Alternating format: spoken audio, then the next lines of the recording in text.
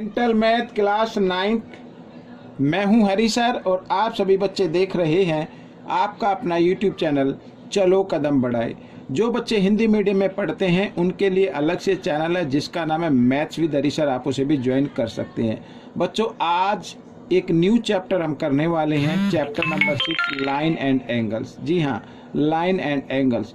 आइए करना शुरू करते हैं। आपको प्रैक्टिस करनी है, वीडियो को पूरा देखना है। तो देखिए क्वेश्चन नंबर फर्स्ट क्या कहता है। क्वेश्चन नंबर फर्स्ट ये रहा आपके सामने। Question number first, how many points are common in two parallel line. ये टू पैरेलल लाइन है बच्चों, इधर ये पैरेलल लाइन होगी, ये जिनके बीच की डिस्टेंस हमेशा क्या हो, इक्वल हो, वो पैरेलल लाइन होती है। अब कॉमन पॉइंट क्या होगा? कॉमन पॉइंट इसमें कुछ होगा ही नहीं बच्चों, क्योंकि ये इसको टच नहीं करेगी ना इसको टच करेगी। अगर मान लीजिए जैसे ये ऐसे जाती है और ये, तो ये जो पॉइंट है ये कॉमन पॉइंट है, क्योंकि ये पॉइंट इस लाइन पर भी आता है और ये पॉइंट इस लाइन पर भी आता है, तो ऐसे पॉइंट को बोलते हैं कॉमन। लेकिन ये तो पैरेलल लाइन है, तो पैरेलल लाइन तो आपस में कभी भी जो है ये टच नहीं करेंगी, कभी भी मीट नहीं होंगी, कभी भी आपस में एक दूसरे को इंटरसेक्ट नहीं करेंगी।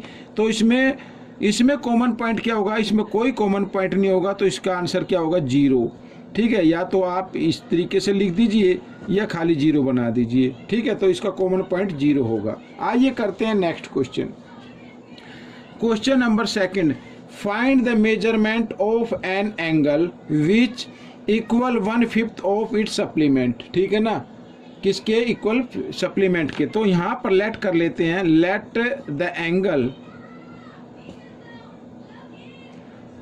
The angle equal to x और इट्स सप्लीमेंट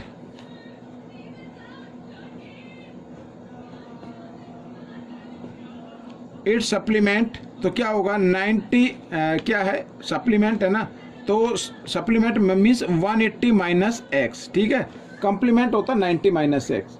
तो किन्हीं टू एंगल का सम 90 है तो कंप्लीमेंट, किन्हीं टू एंगल का सम 180 तो सप्लीमेंट। अब इसमें कहा कि वन एंगल x का है तो सेकंड एंगल 180 माइनस एक्स का हो जाए। अकॉर्डिंग टू क्वेश्चन में क्या कहता है? देखो ये मैंने कर दिया इक्वल। अब ये क्या है? Which equal 1/5 of its supplement. ये जो है ना, ये अपने सप्लीमेंट के 1/5 के इक्वल है, तो इसको हम क्या कर देंगे? इस तरीके से 1/5 से, या फिर आप इधर ब्रैकेट डाल के देखो, मैं बताता हूँ। इस तरीके से 180 हो गया ये, और माइनस एक्स, तो इसको 1/5 से इस तरीके से मल्टीप्लाई कर देते हैं, या आप डिवाइड में 5 कर दो, दोनों का मतलब एक ही है। ठीक है ना, आइए करते हैं। तो 5 इधर डिवाइड में, इधर आकर ये मल्टीप्लाई में आ जाएगा 5x। ये माइनस एक्स है, इधर ले आओ, क्या हो जाएगा? प्लस एक्स हो जाएगा, और इक्वल टू 180 डिग्री। ठीक है, 5x प्लस एक्स 6x हो गया, 6x इक्वल टू 180 डिग्री। अब 6 से इसको डिवाइड कर दीजिए, 6 1 जा 6, 6 3 जा 18, ये आ गया। तो x की वैल्यू क्या आ गई? 30 डिग्री आ गई। तो वो एंगल हो गया बच्चों एक, तो 30 डिग्री का x की वैल्यू, और जो इसका 1/5 के कंप्लीमेंट के इक्वल है तो उसमें क्या कर देना है आपको? यहाँ पर ये। ठीक है, ये आपका आंसर है। और अगर इसका सप्लीमेंट फाइंड आउट करना हो तो सप्लीमेंट में जहाँ पर ये लिखा 180 माइनस एक्स, एक्स की जगह एक्स की वैल्यू लिख देना और माइनस कर देना, 150 आ जाएगा। ठीक है, तो आइए करते हैं क्वेश्चन नंबर 3। क्या कहता है? Question number 3, two angles whose measure are X and Y form a linear pair. वो लीनियर पेयर में है। अब बच्चों हम सभी जानते हैं कि कोई भी लाइन होती है वो 180 की होती है, तो इसमें लिखा है कि मेजर जो x और y है, अगर हम इन दोनों एंगल को क्या कर दे? प्लस कर दे, तो कितना आता है? 180 लिखेंगे, तो इसे बोलते हैं लीनियर पेयर। क्या बोलेंगे? Linear pair. ठीक है ना। अब यहाँ पर एक इक्वेशन तो फर्स्ट तो ये आ गई, सेकंड इक्वेशन इधर गिवन है। ठीक है, तो इस इक्वेशन को इसके नीचे लिख देते हैं। ये 180 हो गई, ये फर्स्ट इक्वेशन हो गई, और सेकंड को इसके नीचे 3x, x के नीचे x लिखना है, y के नीचे y लिखना है। ठीक है ना, और इस तरीके से। तो इसमें पूछा कि x की वैल्यू फाइंड आउट करनी है, तो x की वैल्यू फाइंड आउट करने के लिए आपको क्या करना पड़ेगा? y वेरिएबल को इक्वल बनाना है। अब y के सामने इधर कोफिशिएंट की फॉर्म में 1 है, इधर क्या 4 है, तो हम क्या करेंगे? एक्सचेंज कर देंगे। तो ऊपर वाली इक्वेशन को 4 से मल्टीप्लाई कर देना है, ठीक है, और नीचे वाली इक्वेशन को 1 से कर देना है। ठीक है, आइए करते हैं। 4 से 4x आ गया प्लस 4y बन गया, और यहाँ पर 18 4 जा 72, तो 0 की 0 आ गई। अब 1 से करेंगे तो सेम यू का यूँ आएगा, सेम यू का यूँ लिख लेते हैं ये। ठीक है, अब क्या करना है, अब देखो बच्चों यहाँ पर ये माइनस प्लस माइनस ये तो कैंसिल हो गई। 4x और 4x कितना आ गया, इधर लिख लेते हैं 4x और 3x 7x इक्वल, और 720 प्लस 50 770 आ गया। तो अगर हम x की वैल्यू निकाले 7 1 जा 7, 7 1 जा 7, 7 1 जा 7 0, तो x की वैल्यू क्या आ गई 110 आ गई। ठीक है, हमें क्या फाइंड आउट करना था, हमें तो 3x फाइंड आउट करना था। 3 इंटू 110, तो 110 को 3 से मल्टीप्लाई करेंगे तो 330 आ जाएगा। This is the answer. ठीक है, आइए करते क्वेश्चन नंबर 5 क्या कहता है, देखो। Name the type of triangle formed if its one angle is equal to the sum of other two angle. ठीक है, वन एंगल क्या है, उसके जो टू एंगल है उनके सम के इक्वल है। अब बच्चों यहाँ पर हम कर लेते हैं, let A B C is a triangle. ये मैंने लिख लिया, ठीक है ना। ये हम बना भी लेते हैं इस तरीके से। मान लीजिए ये ए है, ये एज्यूम कर लो एक्यूरेट ये यही है, ये नहीं है, ये एज्यूम कर लेते हैं कि इस टाइप से है। तो we know that the sum of 3 angles of triangle is equal to 180। तो angle a plus angle b और plus angle c is equal to 180 degree, equation first. ठीक है, लेकिन इसमें कहता है कि वन एंगल, मान लीजिए लेट एंगल ए है, एंगल ए इक्वल होगा angle B plus angle C के। ठीक है, यही तो कहा है इसमें कि एंगल ए जो है बाकी जो टू एंगल है उनके सम के इक्वल है। अब क्या करना है, अब इस इक्वेशन को यानी इस वैल्यू को इक्वेशन 1 में पुट कर देना है। ठीक है ना, यहाँ पर ए की जगह या तो आप क्या करें, बी प्लस सी की जगह आप ए डाल दीजिए, या ए की जगह बी प्लस सी डाल दीजिए, ए की मतलब है। ठीक है, आइए करते हैं फ्रॉम 1 and 2, फ्रॉम 1 and 2। ठीक है, तो अब बच्चों देखो यहाँ पर, अब मान लीजिए हम ए की जगह क्या लिख लेते हैं, बी प्लस सी लिख लेते हैं, एंगल बी प्लस सी और प्लस, अब ये एंगल लिखना है यहाँ पर, angle B plus angle C. भाई ए की जगह लिखा है मैंने, ये ए इक्वल है ना इसके, और इक्वल टू 180 डिग्री। ठीक है, 1b ए 1b इधर है, 2b हो गई और 2c हो गई। तो हम इसको ब्रैकेट में बाहर डाल के इस तरीके से लिख सकते हैं, angle B plus angle C लिख सकते हैं, इक्वल टू 180 डिग्री। 2 इधर मल्टीप्लाई में इधर आकर ये डिवाइड में आ जाएगा। ठीक है, इस तरीके से, तो 180/2, यहाँ पर इसको डिवाइड किया तो 90 आ गया।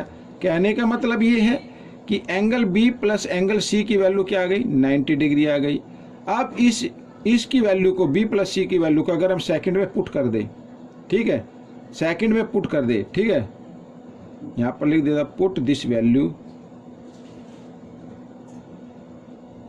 इन सेकंड, किसी में भी पुट कर दो वो तो कोई दिक्कत नहीं है, सेकंड में पुट कर दे तो एंगल ए और इक्वल बी प्लस सी लिखा है तो बी प्लस सी की जगह क्या लिखेंगे, 90 लिखेंगे इस तरीके से।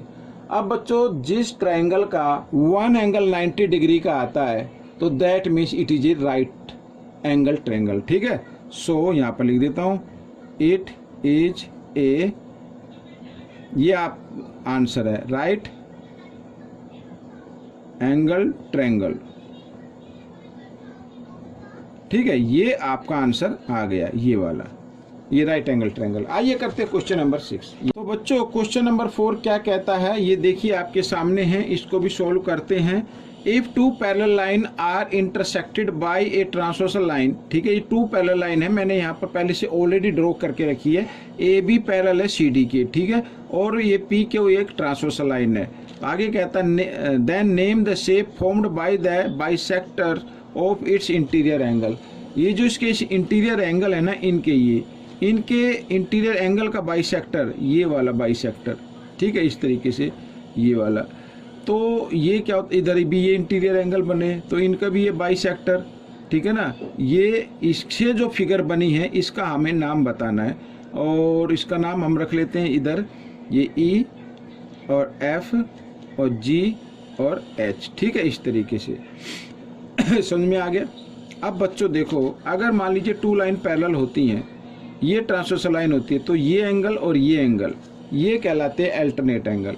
मान लीजिए ये x डिग्री का है तो ये भी क्या होगा, x डिग्री का होगा, ठीक है, ये क्या होगा, x डिग्री का होगा। अगर ये y डिग्री का है तो ये भी क्या होगा, y डिग्री का होगा, इस तरीके से, ठीक है। ये अगर x डिग्री का है, ये वाला ये x डिग्री का है तो ये भी क्या होगा, x डिग्री का होगा। या आप देखो, इससे हम बाइसेक्टर निकालेंगे तो ये x/2 हो जाएगा। या फिर आप ऐसा कीजिए, ये 2x मान लीजिए तो ये भी 2x होगा, और ये 2y है तो ये भी 2y होगा, ठीक है ना। इन्हें क्या बोलते हैं, अल्टरनेट एंगल बोलते हैं। मान लीजिए, और इसका नाम क्या है, इसका नाम है एंगल ये AEG। यहाँ पर देखो एंगल AEG ये इक्वल होगा किसके, EGD के, एंगल EGD के। इन्हें क्या बोलते हैं, अल्टरनेट एंगल बोलते हैं।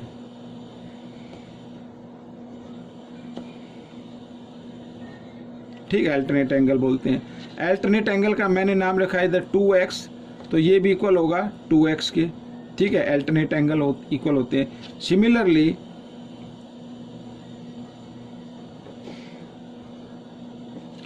तो 2y इक्वल होगा ये 2y, और ये भी क्या होगा, ये भी अल्टरनेट एंगल होते हैं। अगर यहाँ पर, ठीक है, अब हमें ये नाम ये लेना है, ये वाला। अब क्योंकि इसमें लिखा है कि जो इसके इंटीरियर एंगल है उसके बाइसेक्टर गिवन है, ठीक है। ये जो पूरा एंगल है ये है 2x का, और ये बाइसेक्टर इसमें गिवन है, ये तो हाफ इधर हो गया, हाफ इधर हो गया, ठीक है ना। यानी ये एंगल कितने का आ गया, x का आ गया, तो ये भी x का होगा, और ये y का है तो ये भी y का हो जाएगा।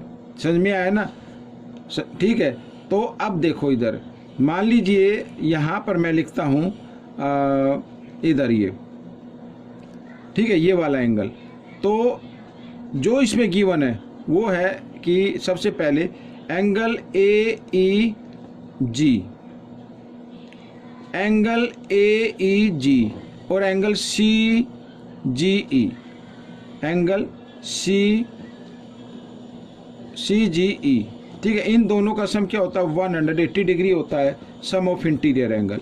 कोई टू लाइन पैरेलल होती हैं, उनको इंटरसेक्ट करे तो ये और ये ऐसे जो एंगल बनते हैं उन्हें इंटीरियर एंगल बोलते हैं। इनका सम हमेशा क्या होगा, 180 होगा। तो यहाँ पर मैं लिख देता हूँ सम ऑफ इंटीरियर एंगल्स, ठीक है।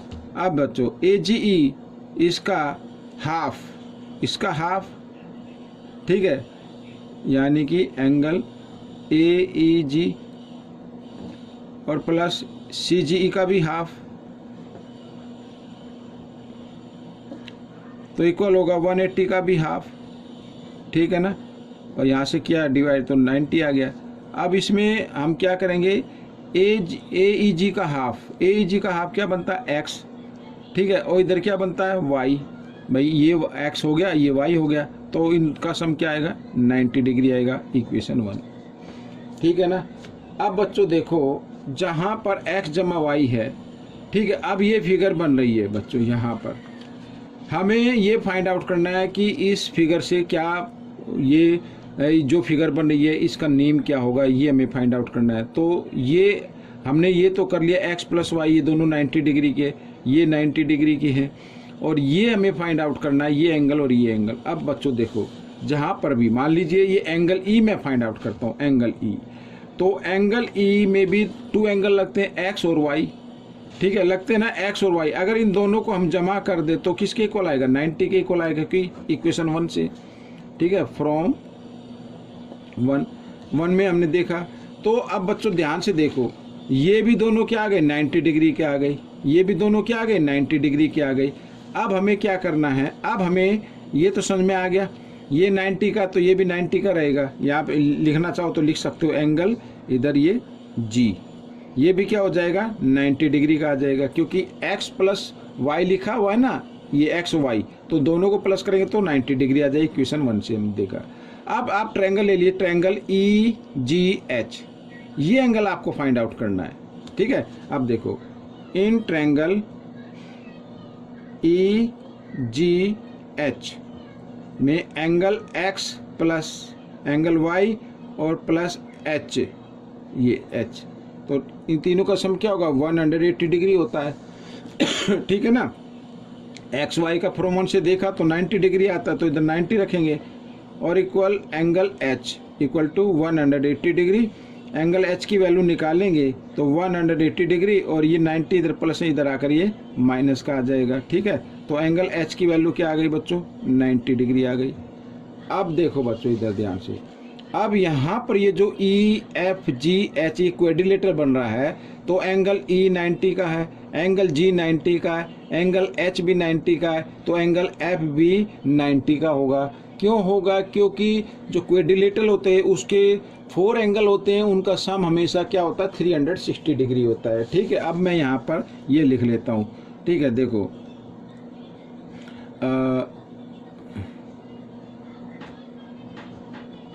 क्वाड्रिलेटरल EFGH इन क्वाड्रिलेटरल EFGH, ठीक है, में अब देखो यहाँ पर angle E plus angle H और प्लस एंगल G और प्लस एंगल F, ठीक है ना, 4 एंगल का सम क्या होगा 360 डिग्री होता है।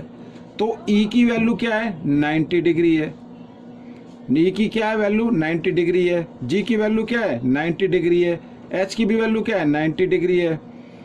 ठीक है ना, ये भी 90 डिग्री है, तो F की भी कितनी आएगी 90 डिग्री आएगी। कैसे आएगी अब करके देख लो, 90 90 90 कितना हो गया 270 हो गया, 27 270 हो गया ना, तो 360 इधर 270 प्लस में इधर आकर ये माइनस में आ जाएगा। ये मैंने कर दिया और माइनस किया तो कितना आ गया, एंगल F की वैल्यू कितनी आ गई 90 डिग्री आ गई। ठीक है, सभी एंगल आ गए। सो इट इज ए, यहाँ पर क्वाड्रिलेटरल EFGH में सभी एंगल कितने के आ गए 90 डिग्री के आ गए। ठीक है, तो जगह कम है, आप सिर्फ इतना लिख लीजिए अब। सो